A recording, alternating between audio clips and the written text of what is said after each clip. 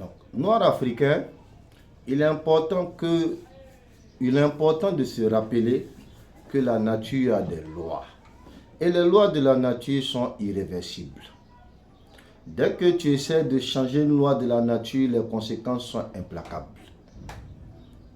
La pêche, pour manger poisson, il faut aller à la pêche. C'est une loi de la nature.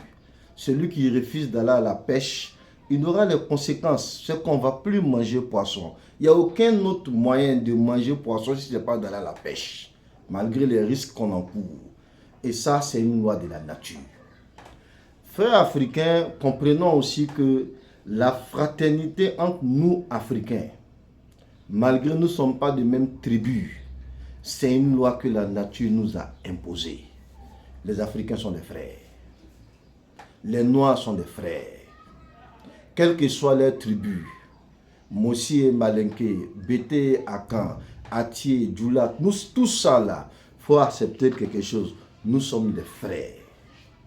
Et l'Afrique est tombée. Nous les Noirs africains sommes tombés à partir du moment où on a brisé cette fraternité. Chacun a considéré que c'est les membres de sa tribu seulement qui sont ses frères.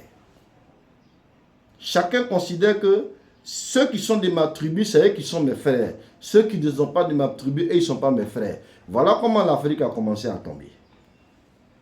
Et finalement, quand on a accepté cette division entre tribus, que les tribus ne sont pas concernées par les mêmes problèmes, quand le colon est venu, quand il attaquait une tribu, l'autre tribu ne se sentait pas concernée.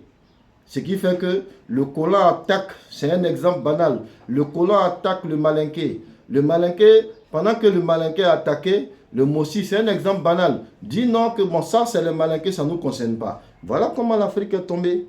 Sinon, si les Africains se défendaient ensemble au moment de la colonisation, on ne dit pas que la colonisation n'allait pas être effective, n'allait pas être brutale, comme ça a été pour l'Afrique. Donc, il est important pour nous, Africains, de chercher à rétablir cette loi naturelle qui fait de nous des frères. Je ne dis même pas il est important, je dis il est impératif que nous, Noirs d'Afrique, faisons tout pour essayer de rétablir notre fraternité. Et en même temps, identifier tous les facteurs qui brisent la fraternité entre nous. L'Afrique est tombée parce qu'on a brisé la loi de la fraternité. Et jusqu'à présent, l'Afrique tarde, l'Afrique peine à se relever parce qu'elle n'a pas réussi encore à rétablir les liens de fraternité entre Noirs africains. C'est pourquoi nous, l'AFNA, l'Association des frères noirs africains, comme on l'a dit précédemment, va tout faire pour identifier, n'est-ce pas, les facteurs qui brisent notre fraternité, éclairer les gens et demander aux Africains d'essayer de s'éloigner de ces facteurs-là. Et en même temps, tout ce qui peut nous amener à rétablir la fraternité africaine, à identifier ça et à se mettre dessus et à faire des propositions jusqu'à ce que les Africains soient unis. L'Afrique soit un seul pays, les Noirs soient un seul peuple, malgré nos tribus différentes. Et comprenez, chers Africains, que la différence de tribus, en réalité, ce n'est pas un handicap, mais c'est une richesse. Mais juste, il faut savoir l'exploiter.